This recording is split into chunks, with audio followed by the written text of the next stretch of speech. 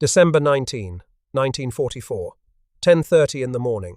A column of canvas-topped American ambulance jeeps moves out from a clearing in the Belgian woods near a tiny crossroads called Herbaimont, about 8 miles northwest of the town of Bastogne. The drivers belong to the 326th Airborne Medical Company of the 101st Airborne Division. They are heading toward 4 regimental aid stations to collect wounded men, American and German, from the previous day's fighting in the snow.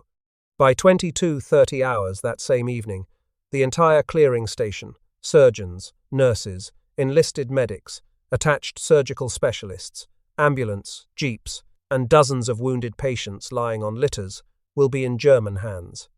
A Wehrmacht armoured task force, identified by most modern accounts as Kampfgruppe Stefan, the reconnaissance battalion of the 116th Panzer Division, advancing southwest from the direction of Houffalize, will overrun the field hospital and capture it intact. What the German soldiers find inside those canvas tents will, for many of them, quietly do something to the war they thought they were fighting. They will see plastic syrettes of morphine pinned to the collars of wounded men. They will see bottles of refrigerated whole blood, type O, dripping into the veins of soldiers half conscious from shock. They will see white powder, sulfanilamide, sprinkled directly into open wounds to stop infection. They will see ampoules of a yellowish liquid called penicillin, a drug that does not exist anywhere in the German Reich. They will see their own wounded countrymen, men whose capture by the Americans they had been told to fear, lying on litters next to American paratroopers, receiving the same treatment from the same hands. This is the story of what German soldiers learned about American battlefield medicine in 1944. It is the story of an encounter between two medical systems, one of which was about to win a quiet war that very few historians have written about, the war for the lives of the wounded. By 1944, the United States Army Medical Department had become the largest, most sophisticated battlefield medical organization in human history. Across the entire wartime army, roughly 7% of all personnel served in its medical chain, almost 700,000 men and women in uniform, whose only mission was to keep the wounded alive long enough to put them on a hospital ship home.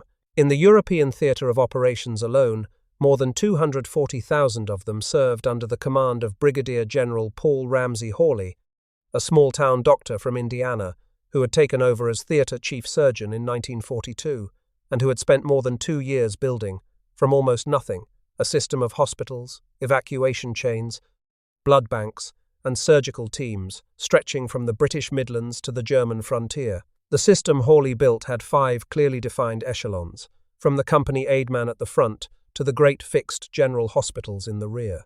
A wounded soldier, American or German, captured or carried in by his own comrades, could pass through every one of these echelons inside 48 hours and find himself in clean sheets in England, with intravenous antibiotics dripping into his arm before his unit had even finished filing the casualty report. The system was not perfect. It bled men in the time gaps between echelons. It lost men to shock, to gas gangrene, to mistakes. But by every measure ever applied to it, it worked. By 1944, more than 96% of American wounded who reached the hospital chain alive went home alive. That single statistic, published in Life magazine in January 1945, was the operational reality the German wounded entered when they were carried into American aid stations. To understand why this mattered so deeply to a wounded German soldier in 1944, you have to understand what was happening to the German army that year, and what was happening, or rather, what was not happening, to its own medical service. The Wehrmacht of 1944 was an army in steady decline. The catastrophic loss of Army Group Center on the Eastern Front during Operation Bagration in the summer of that year had cost the German army roughly 400,000 men in about 2 months of fighting. The Allied landings in Normandy on June 6, 1944, opened a second front. The German General Staff had spent 4 years dreading. By the end of August, the German army in France had been broken at the Falaise pocket and was retreating across the Seine. The strategic initiative had passed permanently and irrevocably to the Allies. In this context, the men still wearing field grey in 1944 were not the same army that had crossed the Polish border in 1939. They were younger, in many cases 16- and 17-year-old conscripts of the new Volksgrenadier divisions. They were older, men in their 40s and 50s, who had been combed out of factories and offices. They were sicker, hungrier, more poorly equipped. And the medical service that was supposed to take care of them when they fell was, by 1944, beginning to fail in ways that would have been unthinkable in the early years of the war. The German medical service, the Sanitätsdienst, was structured along lines laid down in the Imperial Army Order of 1907. Its echelons mirrored the American system on paper. There was the Verwundetenest, the wounded nest, where a non-commissioned medic gave first aid at the point of wounding. There was the Truppenverbandplatz, the troop dressing station, the German equivalent of an American battalion aid station. There was the Hauptverbandplatz, the main dressing station, 4 miles or so behind the line, where divisional surgeons performed primary surgery. There was the Feldlazarett, the field hospital, at army level, with 200 beds and 2 surgeons. And there was the Kriegslazarett, the war hospital, at army group level, far in the rear. But by 1944, every one of these echelons was suffering from shortages, doctrinal rigidity, and the simple physical exhaustion of 5 years of total war. The German army had no operational supply of penicillin. Not a single dose was available to a German soldier wounded in 1944 through the regular medical chain. The miracle drug that had been mass-produced in the United States in the millions of doses for the Normandy invasion in June 1944 had no German equivalent. German researchers had tried to develop it. They had failed to bring it to scale. The handful of penicillin samples that did reach German laboratories during the war came from captured Allied stocks or from intelligence channels, and Germany never produced penicillin in quantities that could reach a wounded soldier in a field hospital. This single fact, the absence of penicillin in German medicine, killed German soldiers in 1944 who would have lived in American hands. Wounds that the American system would have sterilized in days, becoming routine recoveries, festered for weeks in German hospitals before turning septic. Many Germans died of infection long after they would have otherwise recovered from their wounds. The German army had whole blood, but not refrigerated blood, not at the forward echelons. German shock therapy in 1944 still relied heavily on a synthetic plasma substitute called periston, on saline solution, on a stimulant called choramine, and on external warming. It worked, after a fashion, for some kinds of shock, but it did not work as well as a 500 cubic centimeter bottle of fresh type O blood dripping into a soldier's arm 60 minutes after he was hit. The German army had sulfur drugs, but the supply was shrinking. The German army had skilled surgeons, men of international reputation, but they were operating in tents that lacked equipment American hospitals took for granted, including reliable X-ray imaging at the forward echelons. The German chain of medical command in 1944 was headed by an officer with the rank of Generaloberstabsarzt, the equivalent of a major general in the medical corps, who served as Heeresanitätsinspekteur, the army medical inspector.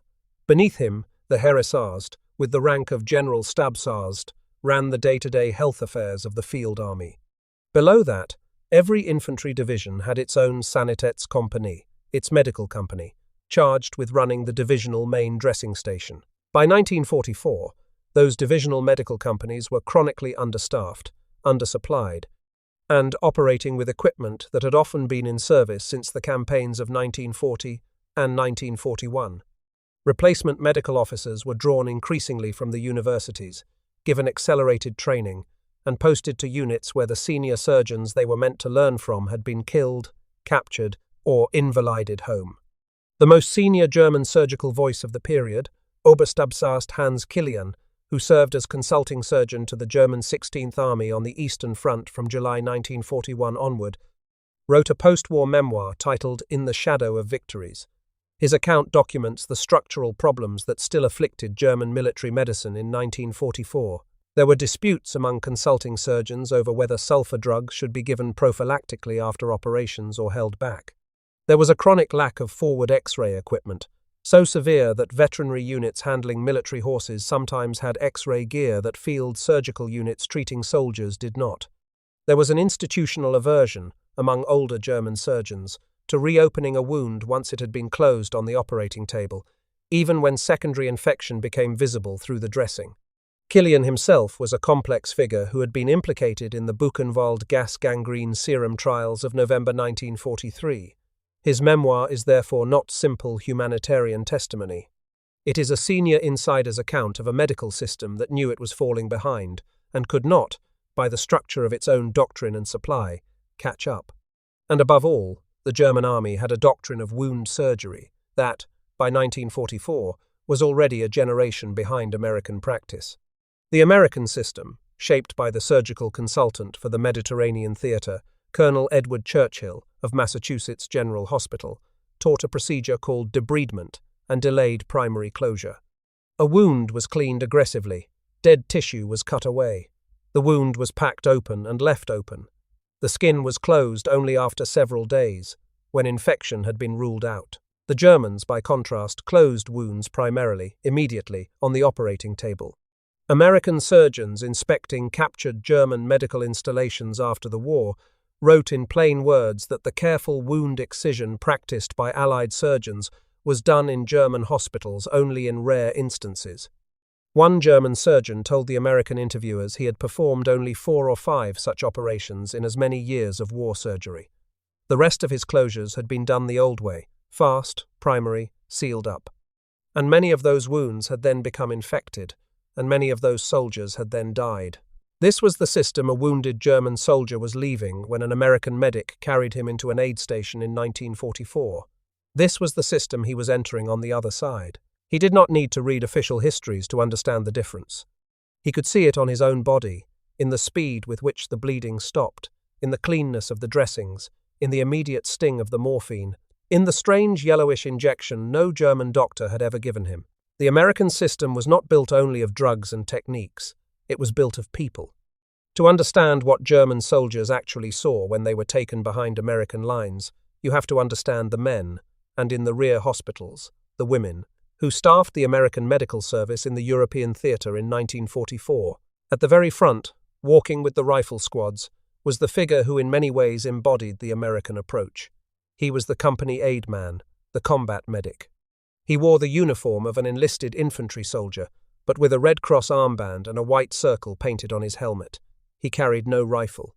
Under the Geneva Convention of 1929, he was a non-combatant, and German soldiers, especially in regular Wehrmacht units rather than Waffen-SS formations, generally respected the symbol. He carried, in 2 canvas pouches at his belt, a small portable hospital. There were Carlisle dressings of 2 sizes. There were shaker envelopes of crystalline sulfanilamide, which he sprinkled directly into open wounds. There were small bottles of sulfadiazine tablets to be swallowed with water. There were morphine syrettes, half-grain doses sealed inside collapsible tin tubes with hollow needles, which he injected into the soldier's thigh. There were iodine swabs, gauze bandages, scissors, adhesive plaster, tourniquets, and a 30 cubic centimeter ampoule of serum albumin to fight shock. When the medic gave morphine, he pinned the empty syrette to the wounded man's collar.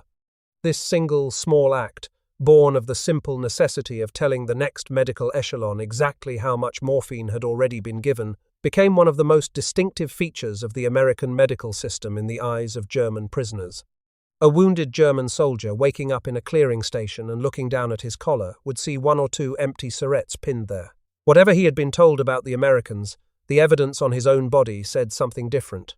Someone had stopped his pain within minutes of reaching him. Someone had marked it carefully so that no one would accidentally overdose him later. Behind the company aid man came the litter bearers, 4 men to a stretcher, and the ambulance jeeps with their mounted racks. Behind them came the battalion aid station, a tent or a cellar a few hundred yards back. There, a battalion surgeon, a medical corps captain or major, gave plasma, started intravenous fluids, applied splints, and sent the more seriously wounded back to the divisional clearing station. Behind that came the field hospitals, often deployed by 100-bed platoon, where attached surgical teams from the 3rd Auxiliary Surgical Group performed life-saving primary surgery on what the American doctrine called the non-transportables, men with chest wounds, abdominal wounds, head wounds, and major fractures who could not survive a longer evacuation. The 3rd Auxiliary Surgical Group is one of the most remarkable single units in the medical history of the war. Each of its surgical teams, after a reorganization in 1943, consisted of 4 officers and 4 enlisted men, a forward surgeon, an assistant surgeon, an anesthetist, a shock officer, and 4 enlisted technicians. The teams were attached to forward field and evacuation hospitals, and they followed the fighting. Team 13, led by Major Darrell A. Campbell, began operating in a clearing station tent in Normandy on June 7, 1944, and over the next 7 months, performed more than 500 consecutive operations in 15 different locations across France, Belgium, Luxembourg, and Germany. Team 20, under Major Albert J. Crandall, came in by glider with the 101st Airborne Division on D-Day itself and set up surgery at the Château de Colombières near Heesville. Across its tour in the European theatre, the 3rd Auxiliary Surgical Group handled tens of thousands of casualties. These men operated in tents lit by gasoline lanterns. They operated through artillery barrages. They operated on Americans, on Britons, on French civilians, and on German prisoners of war, in that order of medical priority only when triage required it, and otherwise in strict order of medical need. A captured German soldier who had been hit in the abdomen and was bleeding internally was operated on before an American with a less severe wound. This was not propaganda. This was American doctrine, and it was followed. It was followed because Brigadier General Paul Hawley insisted that it be followed. Hawley had been born in West College Corner, Indiana, on January 31, 1891. He had taken his medical degree at the University of Cincinnati. He had served in the First World War.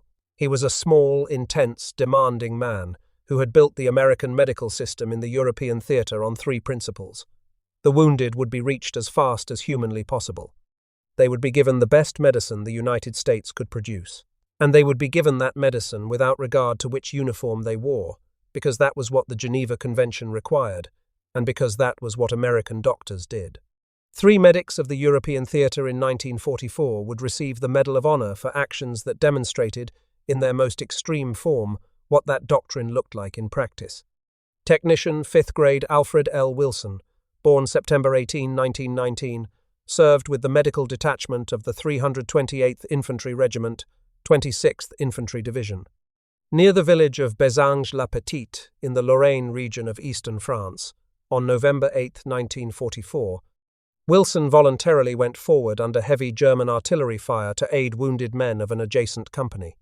He was severely wounded in the left arm and right leg. He refused evacuation. He propped himself up against a tree. He continued to direct the treatment of other wounded. He instructed unskilled enlisted men in how to apply dressings until he lapsed into unconsciousness from his own blood loss. He died of his wounds. He was awarded the Medal of Honor posthumously in 1945. The Wilson Barracks at Kirchberg-Kaserne, the home of Landstuhl Regional Medical Center in Germany, are named in his honor.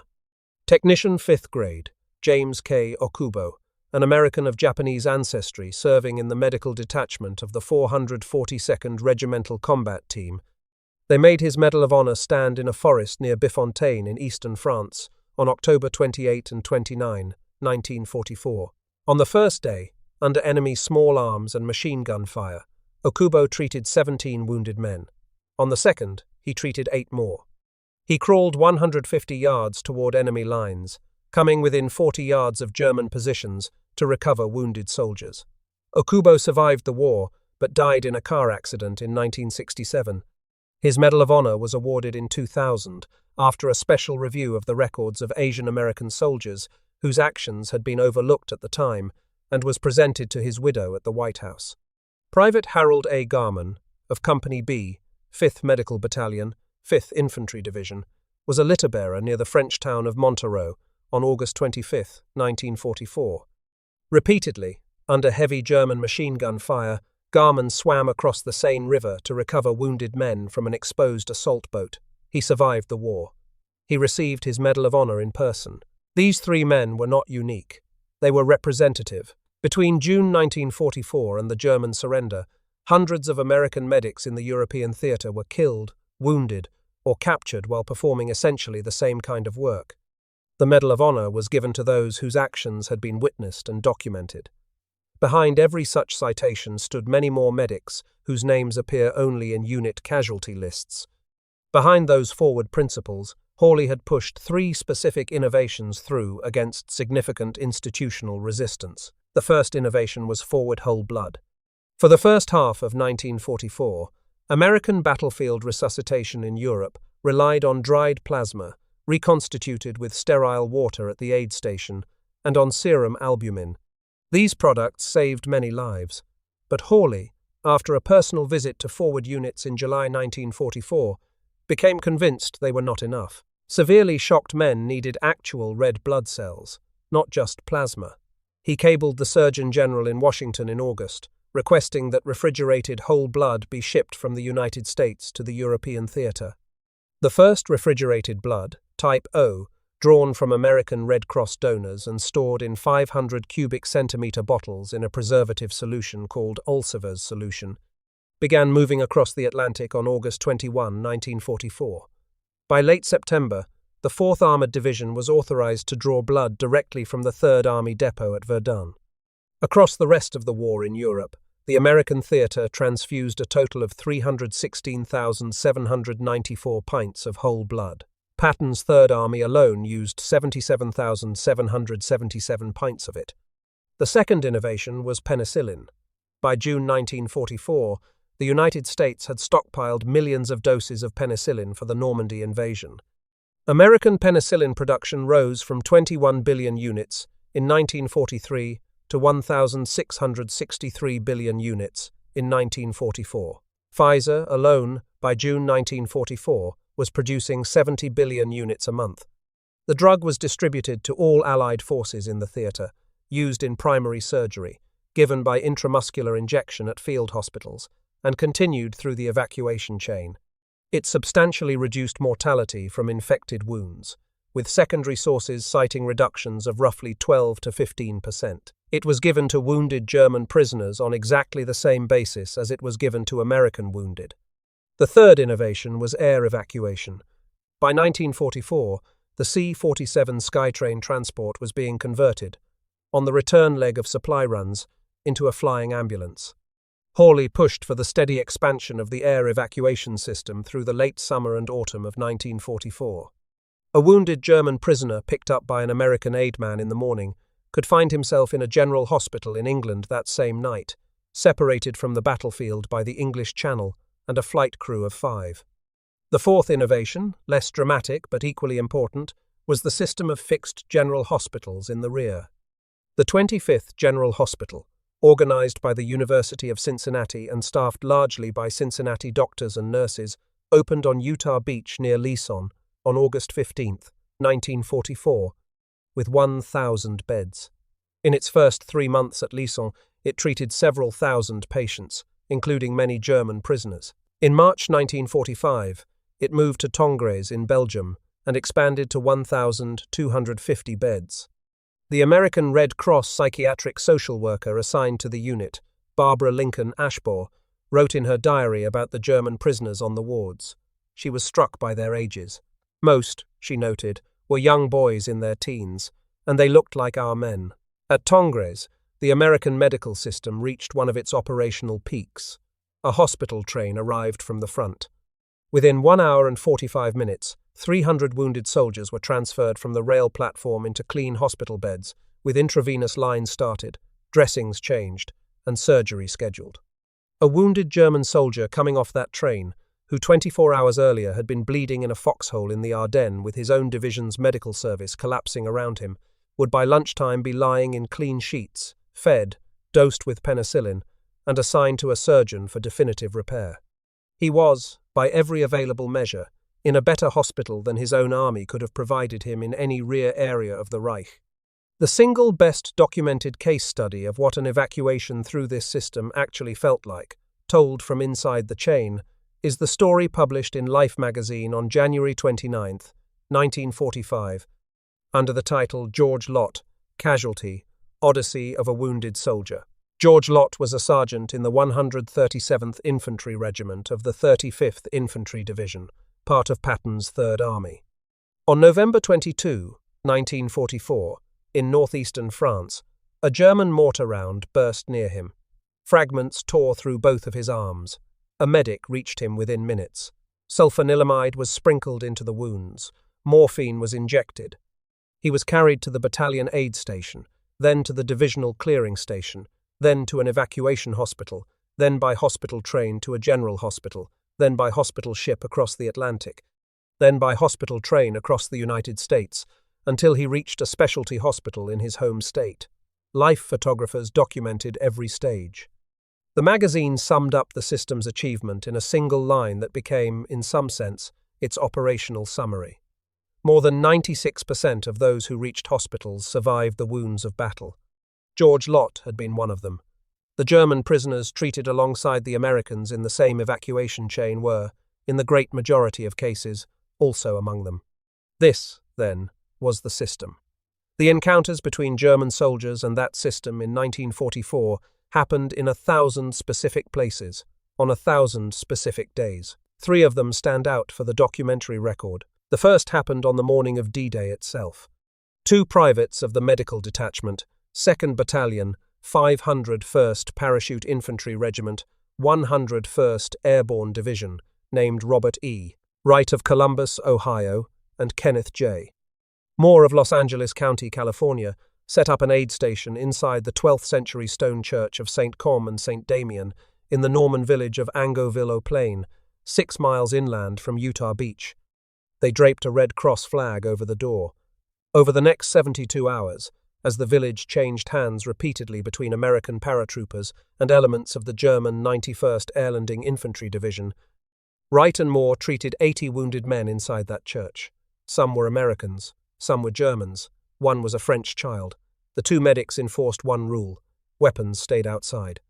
At one point during those 3 days, 2 German soldiers who had been hiding silently in the bell tower of the church, watching the entire scene from above, climbed down and surrendered to the medics. They had seen their wounded comrades treated alongside Americans. They had seen the Red Cross flag honored by both sides. They had decided the war, for them, was over. Wright and Moore both received the Silver Star. In 2011, on the 67th anniversary of D-Day, the French government awarded Wright the Legion of Honor. The bloodstains from those 72 hours can still be seen on the wooden pews of the church today. The second encounter happened in the autumn, in a forest the Americans came to call the Death Factory. The Hurtgen Forest, on the Belgian-German border, became in October and November 1944 the scene of one of the most brutal infantry battles of the entire Western Front. On the morning of November 12, 1944, a German lieutenant named Friedrich Lengfeld, born September 29, 1921, in Silesia, commanding the 2nd Company of the Fusilier Battalion, 275th Infantry Division, heard a wounded American soldier calling for help in a German minefield. His men had codenamed Wild So. Lengfeld had previously given his men a standing order. They were not to fire on any American medic or rescue party that came into the minefield to recover the wounded man.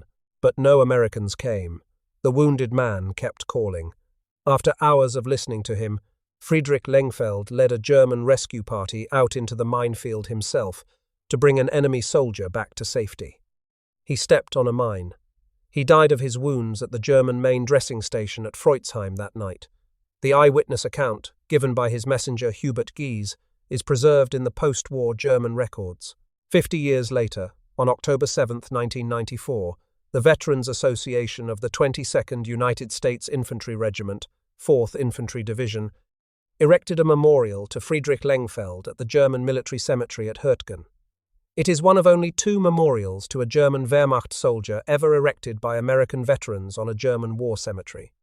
The American medical ethic of treating both sides was not, the story shows, an entirely American ethic.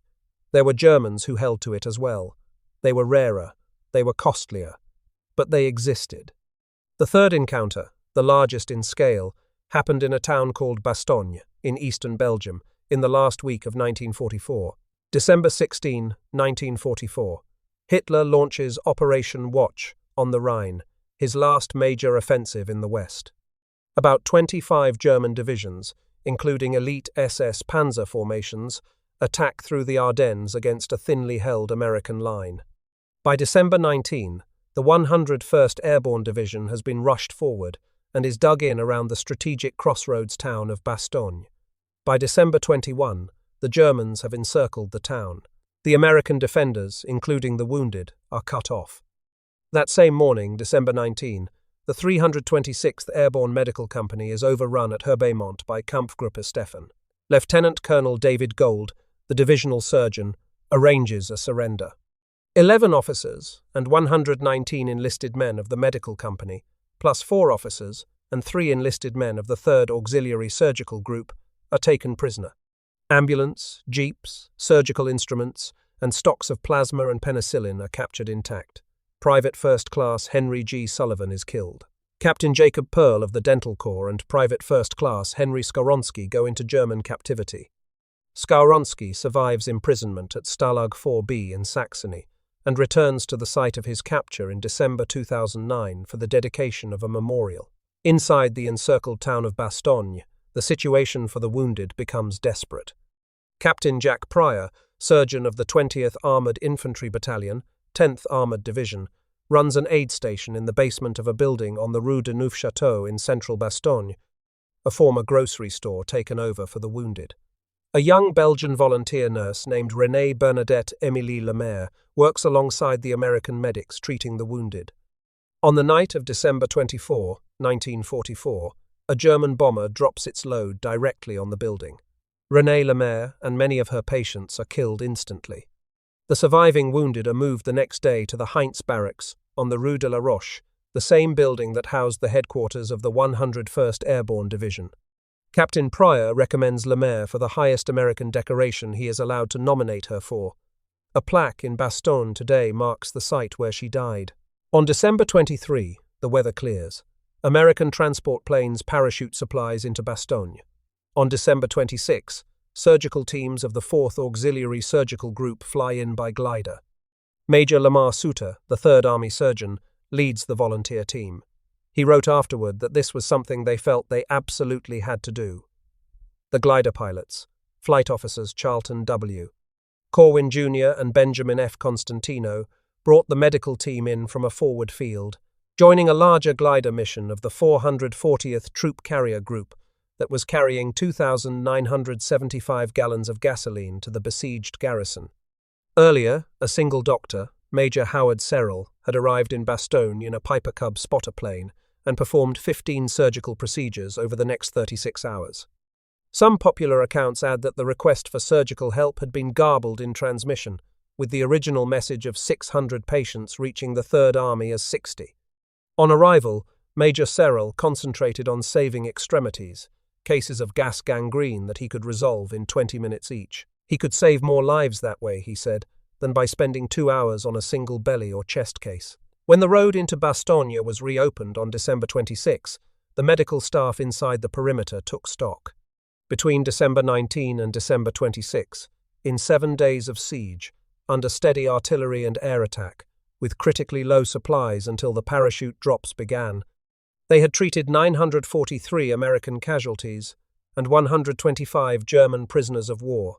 The German prisoners had been treated in exactly the same wards, on exactly the same priority, with exactly the same drugs as the Americans. The same doctors who were operating on paratroopers of the 501st and 506th Parachute Infantry Regiments were operating on captured Volksgrenadiers of the 26th Volksgrenadier Division.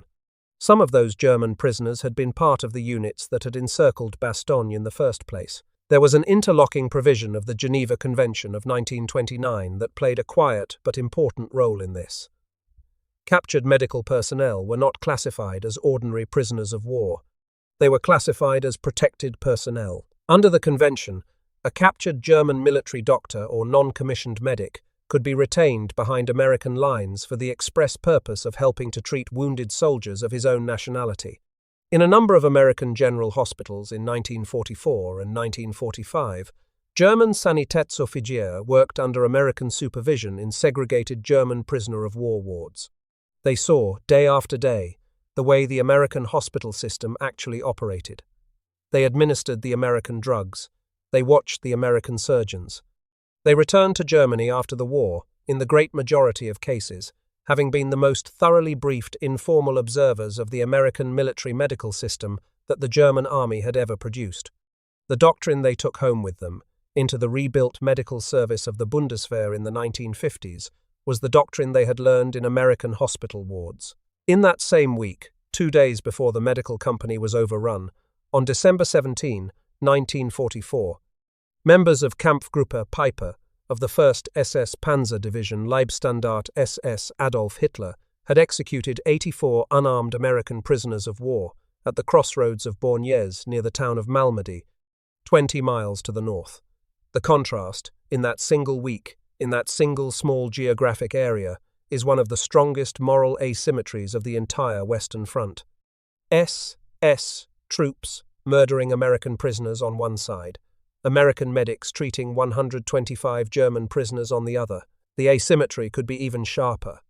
Anthony Acevedo, a Mexican-American medic of Company B, 275th Infantry Regiment, 70th Infantry Division, was captured during the Battle of the Bulge on January 6, 1945. He was first held at Stalag 9B at Bad Orb, then transferred on February 8, 1945, to a Wehrmacht slave labor subcamp of Buchenwald called Berger am Elster, where conditions were so brutal that scores of American prisoners died of starvation, disease, and beatings. Acevedo, a Geneva-protected medic, kept a diary throughout his captivity. He recorded the names of the dead among his fellow prisoners. He hid the diary by sewing it into his clothing. He survived. In October 2010, Anthony Acevedo donated his diary to the United States Holocaust Memorial Museum in Washington, where it is preserved as a primary document of what happened to American medical personnel who fell into the wrong German hands. The same army that produced surgeons like Hans Killian and the disciplined regular Wehrmacht units that handed over their captured wounded at Herbaimont under an orderly surrender also produced, in its SS, its concentration camp guards, and its rear area facilities, a system that violated every clause of the Geneva Convention that the United States Army was upholding at Bastogne. The American medical doctrine, by its own quiet example, illuminated the difference. This was not a story the Germans told themselves about the war they were fighting. The official Reich Ministry of Propaganda under Joseph Goebbels had spent the entire war telling German soldiers that capture by the Americans meant cruelty, abuse, and probable death. The reality, particularly visible to wounded Germans who passed through the American evacuation chain, was the opposite. The same Wehrmacht prisoner who had been told he would be killed found himself instead operated on by an American surgeon, dosed with penicillin, given fresh blood, fed, kept warm, and entered into a system that, by every available statistic, gave him a better chance of living than his own army could have. The story travelled. It travelled in letters from prisoner-of-war camps in the United States and Britain back to Germany. It travelled in the memories of repatriated wounded who had been exchanged through neutral Switzerland. It travelled by word of mouth through the veterans' networks of the German army itself. And in the closing weeks of the Bulge, and in the Rhineland fighting that followed in the early months of 1945, German soldiers in growing numbers, particularly in the Volksgrenadier divisions and rear area units, made the calculation that surrender to the Americans was preferable to a fight to the death for a regime that was clearly losing. American medical care, the silent argument made by every penicillin injection and every clean dressing, was one of the small private reasons. A combat medic of Baker Company, 1st Battalion, 134th Infantry Regiment, 35th Infantry Division, named Albert Torborg, interviewed at the age of 100 years, described the strange truce between medics on the battlefield. He remembered being out under fire, treating wounded, and being able to see a German medic doing the same. Often, Torborg said, he would talk with the German medic, telling him what he had done for his soldiers, and the German would tell him what he had done for the Americans. In that way, Torborg said, they sort of worked together.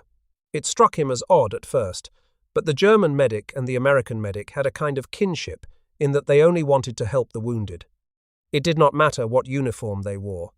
Torborg also remembered captured Germans saying to him, "This war is over for me, but you have to keep fighting." The numbers, when they came in after the war, told the story in a colder language. The United States Army achieved survival rates dramatically better than any previous American army. The First World War baseline had shown about 8% of wounded who reached medical care dying. In the Second World War, that figure dropped to roughly 4 to 5%. The same statistic Life magazine had distilled into the line about more than 96% of the wounded who reached hospitals going home alive. The Second World War was, the historian Albert E. Cowdrey of the United States Army Center of Military History noted in his definitive volume, Fighting for Life, the first major American war in which combat deaths, army-wide, clearly exceeded deaths from disease. For the German army, the comparable numbers are harder to compile. The official Wehrmacht medical report, the Sanitätsbericht, was kept only through 1943 before it was abandoned under wartime pressure. The fragmentary surviving records held in the German Federal Military Archive at Freiburg suggest that German wounded captured and treated by the Americans in 1944 had survival rates approaching American rates, substantially better than they would have had inside their own collapsing system, principally because of penicillin and proper debridement. The American medical system did not win the war. The war was won by infantry, armor, artillery, and air power.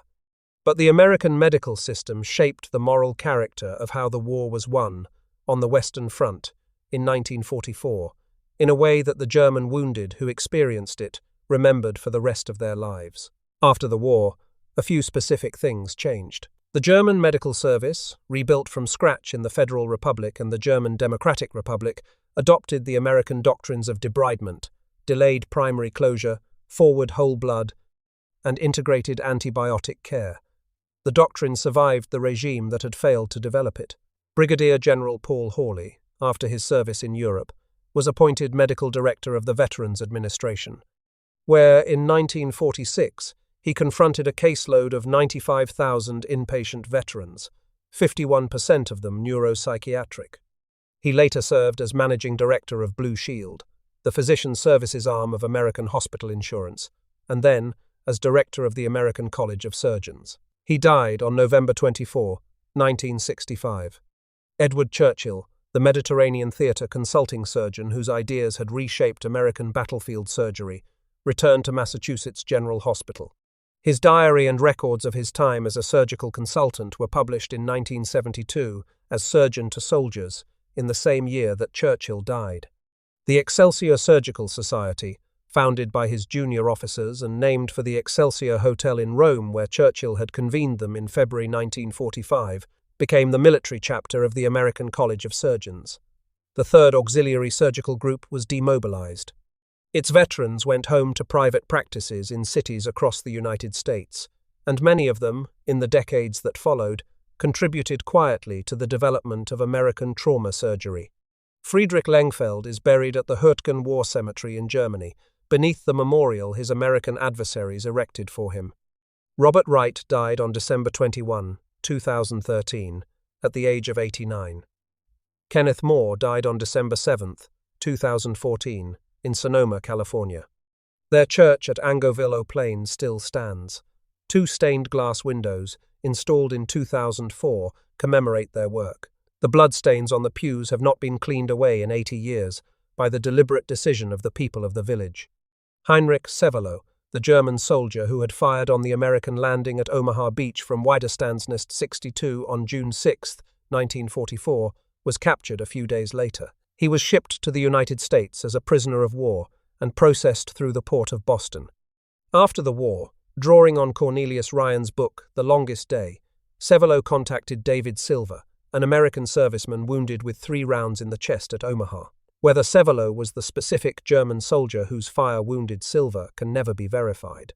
What is documented is that the 2 men met repeatedly in the decades that followed, attended the 60th anniversary commemoration of D-Day, together in 2005, and remained in correspondence until Severloh's death on January 14, 2006. David Silver, who became a Catholic priest, died on November 13, 2019. What German soldiers learned about American battlefield medicine in 1944 was not a single fact about a single technology. They learned that a nation at war had built a system whose central purpose was to refuse to let wounded men die, regardless of which uniform those men had been fighting in. Morphine, sulfanilamide, plasma, whole blood, penicillin, debridement, evacuation, and clean sheets in a rear area hospital were given to them, in the literal application of the Geneva Convention, as a matter of policy. The story does not tell us that the war was a clean war, or that the men who fought it were saints. There were SS troopers murdering American prisoners at Malmedy in the same week that American doctors were operating on German prisoners in Bastogne. There were American medics being marched into German captivity at Bulge, while German wounded were being saved on American operating tables. What the story tells us, within the catastrophe, is that a particular medical system, built over years by Hawley and Cutler and Churchill and a few thousand surgeons whose names are now mostly forgotten, made a different kind of choice when the wounded enemy soldier came in through its tent flap. The American battlefield medical system of 1944 does not appear on the lists of great battles. It produced no famous generals. The medics who walked beside the rifle squads with Red Cross armbands and morphine syrettes won very few of the headlines. But it saved lives at a scale no previous army in human history had ever managed, and it did so without distinction of nationality. The German soldiers who experienced it carried that knowledge home in a form that no Reich Ministry of Propaganda could undo. Some of them wrote it down, some of them never spoke of it. Some of them, in the quiet years after the guns fell silent, found their way back to the villages where it had happened, and found Americans waiting there to remember together.